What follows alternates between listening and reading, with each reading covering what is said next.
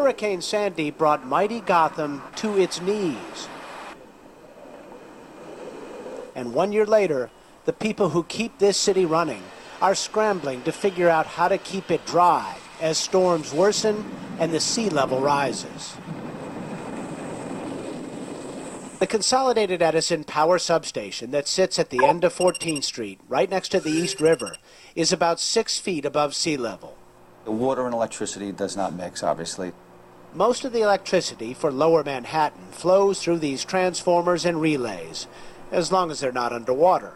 For over 50 years, the 11-foot-high flood walls worked just fine, until Sandy's storm surge pushed 14 feet of water over the banks of the East River. Our 100-year flood design was down here, and the water's coming over this house. The flashpoint was a circuit breaker that shorted out after the salt water rushed in. That breaker was at a lower elevation, and as the water started to rise, that breaker flashed over and then caused a subsequent failure at the transformer. And so then you saw this big flash of light. Then there was a cascading failure because of the other relays, and then the station ended up being shut down. Con Ed's Vice President of Engineering and Planning, Bob Chimenti, is determined to keep this station dry whenever the next megastorm hits. They're building about 180 aluminum doors to plug any holes in the substation's protective ring. So if the same event occurred and that same storm surge occurred, there'd be no customers out in Manhattan. And beneath the sidewalks, all across the city, workers are installing waterproof equipment. Everything is all, even if it's submerged underwater, it's all submergible equipment. If it's underwater, it'll still operate normally. And they're deploying more smart grid technology that can be monitored remotely and reduce power outages. What we'll do over the long term is work with the latest climate science so that we're further protected in the future. As more information comes in, our designs will be flexible, that we can adjust, change, elevate different types of equipment, add a higher wall. We'll have a different set of options that will be most cost-effective going forward. The electrical grid is just one piece of the vast infrastructure clobbered by Megastorm Sandy. On the west side of Manhattan, the phone company, Verizon, also got a climate change wake-up call.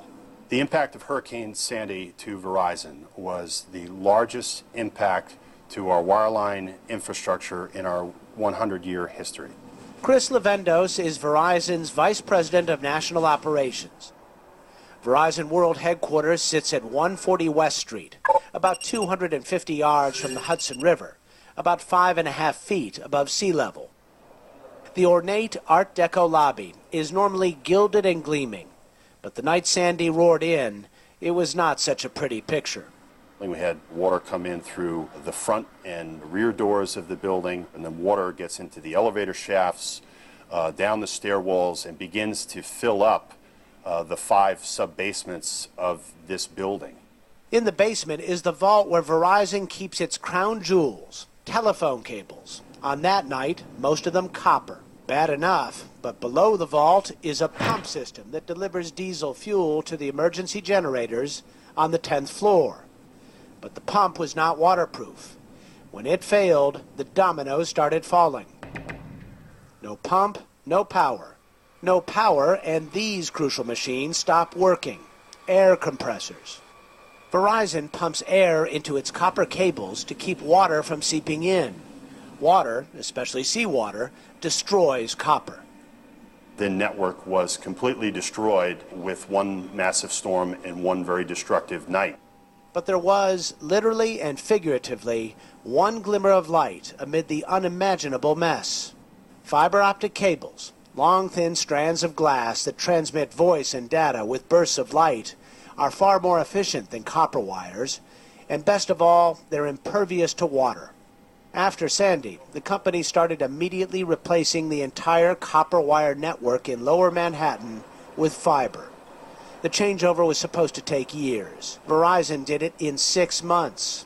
In all, Sandy cost Verizon about $1 billion. And that crucial fuel pump? It's now in a watertight room with a submarine door.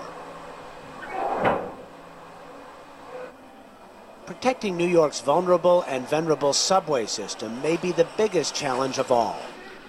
Sandy caused about $5 billion worth of harm to the nation's largest transit system. Hardest hit, South Ferry Station at the southern tip of Manhattan.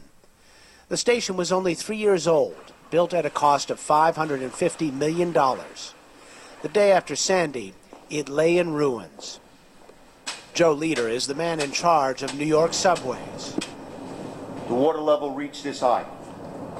More than 60 million gallons of seawater came rushing into South Ferry, filling the station almost to street level. You try and prevent it, you try and deter it, and that's the best thing you can do, but can you really actually stop it? It was not for lack of trying. As Sandy bore down on the city, transit workers frantically fought to stem the tide with inflatable dams, sandbags, and plywood. But there was no stopping the water. Subway stations, rail yards, and 9 tunnels flooded. Water was coming from everywhere. There was no way of stopping it. You needed Superman, I guess. Mark Mende is the general manager of the Hugh Carey Brooklyn Battery Tunnel, which normally carries cars and trucks between Brooklyn and Lower Manhattan. So we abandoned the place. We basically pulled everybody out of here. Oh, come on, we gotta go. Here, there was little they could do. 80 million gallons of seawater gushed in. The tunnel was practically full. Work crews managed to clean it up. They removed the ceiling tiles and replaced enough lighting, cameras, and communications gear to reopen the tunnel just 2 weeks after the storm. But there are years of work ahead to get things back to the pre-Sandy condition.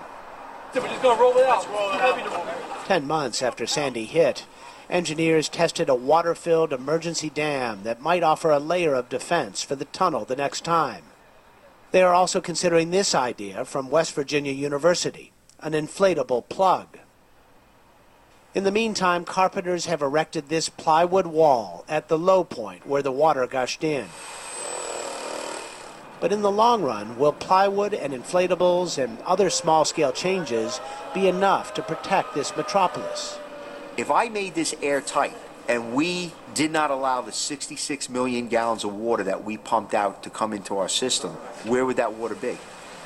It would be in the streets and would be in the basements and on the first floors of all the buildings surrounding. It's got to be a really regional issue to decide how do you deal with something like that.